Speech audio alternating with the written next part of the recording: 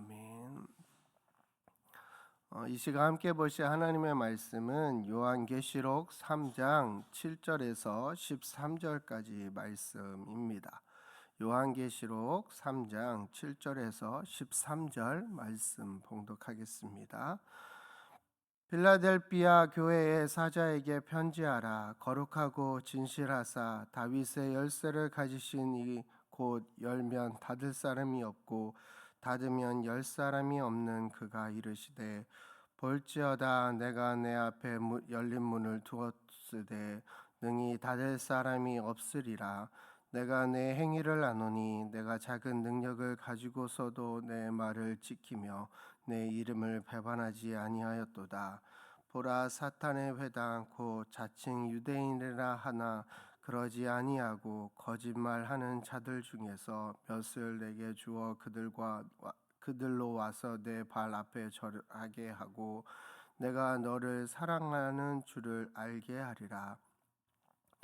내가 나의 인내의 말씀을 지켰은즉 내가 또한 너를 지켜 시험의 때를 면하게 하리니 이는 장차 온 세상에 임하여 땅에 거하는 자들을 시험할 때라. 내가 속히 오리니 내가 가진 것을 굳게 잡아 아무도 내 면류관을 빼앗지 못하게 하리라. 이기는 자는 내 하나님 성전의 기둥이 되게 하리니 그가 결코 다시 나가지 아니하리라. 내가 하나님의 이름과 하나님의 성 곧 하늘에서 내 하나님께로부터 내려오는 새 예루살렘의 이름과 나의 새 이름을 그의 위에 기록하리라. 이 귀 있는 자는 성령이 교회들에게 하시는 말씀을 들을지어다. 아멘. 이 시간 신실한 작은 능력도 주의 이름을 높인다라는 제목으로 함께 말씀을 나누도록 하겠습니다. 오늘 본문 말씀은 6번째 편지의 수신자인 빌라델비아 교회를 향한 예수님의 말씀입니다. 빌라델비아는 사랑을 의미하는 헬라어와 형제를 의미하는 헬라어 아델포스의 합성어로 형제의 사랑이라는 의미를 지닌 도시입니다. 이 도시는 BC 2세기경 유메네스 2세와 그의 동생 아타루스 필라델부스에 의해 세워졌으며 형제 사랑이라는 빌라델비아의 이름의 유래는 도시를 세운 두 형제 간의 사랑을 기념하기 위함으로 알려져 있습니다. 빌라델비아는 땅이 비옥하여 포도 농사가 잘 되었으며 술의 신으로 알려진 디오니수스 숭배가 이루어졌습니다. 그러나 AD 17년에 빌라델비아를 강타한 큰 지진으로 많은 건물들이 무너졌고 안전을 염려한 시민들이 도시를 떠나면서 빌라델비아의 경제는 곤두박질 치게 되었습니다. 이러한 환경 속에서 예수님은 빌라델비아 교회가 작은 능력을 가지고도 말씀을 지키려는 모습을 칭찬하시며 끝까지 인내하며 면류관을 빼앗기지 말 것을 격려하셨습니다. 예수님은 요한을 통하여 소아시아의 7 교회들에게 편지를 전하실 때 각 교회의 상황에 따라 조금씩 다르게 스스로를 소개하고 있습니다. 빌라델비아 교회를 향한 예수님은 스스로를 거룩하고 진실하사 다윗의 열쇠를 가지시니 곧 열면 닫을 사람이 없고 닫으면 열 사람이 없는 분이라고 말씀하셨습니다. 거룩하고 진실하다는 표현은 구약 성경에서 하나님을 묘사할 때 주로 사용되었으며 편지의 발신자인 예수님의 신적 속성을 드러내는 표현입니다. 예수님의 입에서 나오는 모든 말은 진실이며 예수님이 곧 진리라는 것을 말합니다. 거룩하시고 진리 되신 예수님은 다윗의 열쇠를 가지신 분이십니다.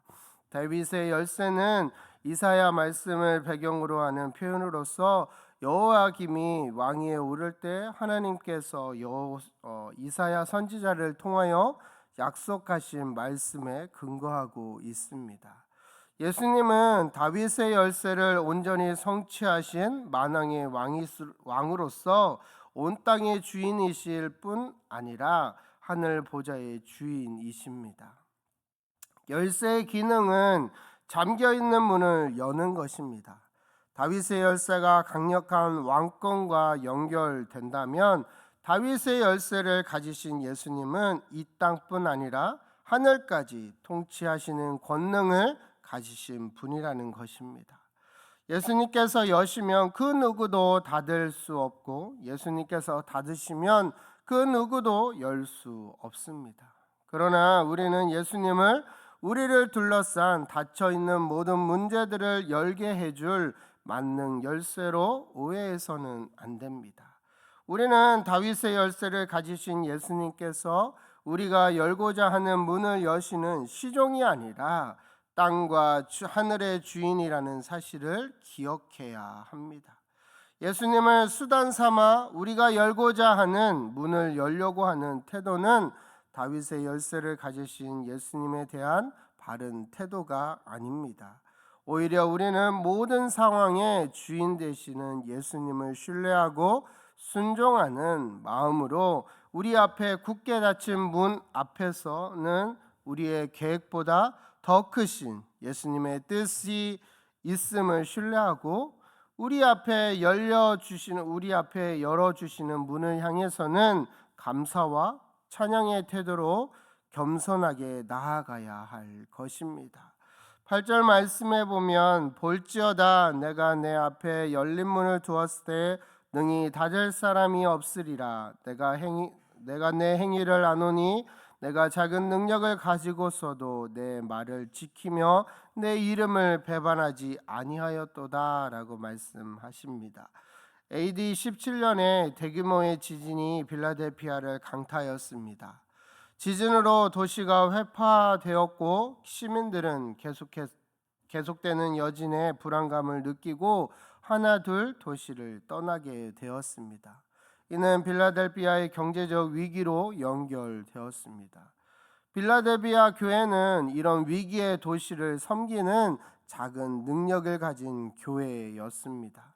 작은으로 번역된 헬라어의 원뜻은 크기가 작은, 의미가 적은의 뜻으로 필라델피아 교회는 규모가 작았을 뿐만 아니라 재정적으로도 넉넉하지 않았으며 사회적 영향력 또한 작았을 것으로 추측합니다.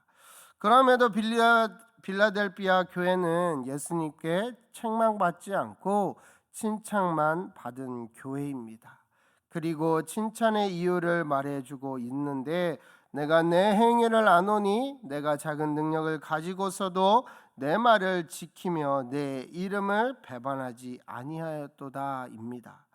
예수님께서는 필라델피아 교회의 양적인 성장이나 재정적인 안정성, 사회적 영향력을 근거로 칭찬하지 않았다라는 것입니다. 예수님께서 필라델피아 교회를 칭찬하셨던 것은 비록 세상적인 기준에서는 작고 연약한 교회였을지 몰라도 그 속에서 예수님의 말씀을 지키고 예수님의 이름에 합당한 삶을 살았다라는 것을 칭찬하신 것입니다. 이것이 주는 의미가 무엇일까요? 우리는 하나님께서 우리에게 능력을 주시면 그것으로 하나님께 영광을 돌려드리겠노라고 기도하며 우리가 무엇을 성취함으로써 하나님께 칭찬을 받을 것으로 생각합니다. 세상적인 기준의 성공을 교회와 개인의 신앙생활로 그대로 적용하며 현금 액수가 증가하는 것과 등록 교인의 숫자가 늘어나는 것, 그리고 교회의 이름이 유명해지는 것을 예수님께 칭찬받을 근거로 생각하는 착각에 빠집니다. 그러나 예수님께서는 필라델피아 교회의 세상적인 능력을 칭찬하지 않으시고 하나님의 말씀을 지키며 하나님의 이름에 합당하게 생활할 것을 칭찬하셨다라는 것을 기억해야 합니다. 우리가 신앙생활을 하면서도 내면에 숨은 우상을 제거하지 못하고 있는 이유는 예수님이 십자가에 못 박았던 유대 종교 지도자들처럼 예배와 성경 공부를 통해 예수님의 말씀을 듣고 배우면서도 예수님의 말씀이 마음의 중심을 차지하여 마음속 구석구석을 변화시키는 것이 아니라 자신의 신념이 여전히 마음의 중심에 있고 하나님의 말씀은 마음의 한쪽 구석에 잠시 자리하였다가 이내 사라져버리는 길가와 가시밭에 떨어진 씨앗처럼 메말라 버리는 신앙생활을 하고 있기 때문입니다. 그리스도인은 예수님의 칭찬이면 충분합니다.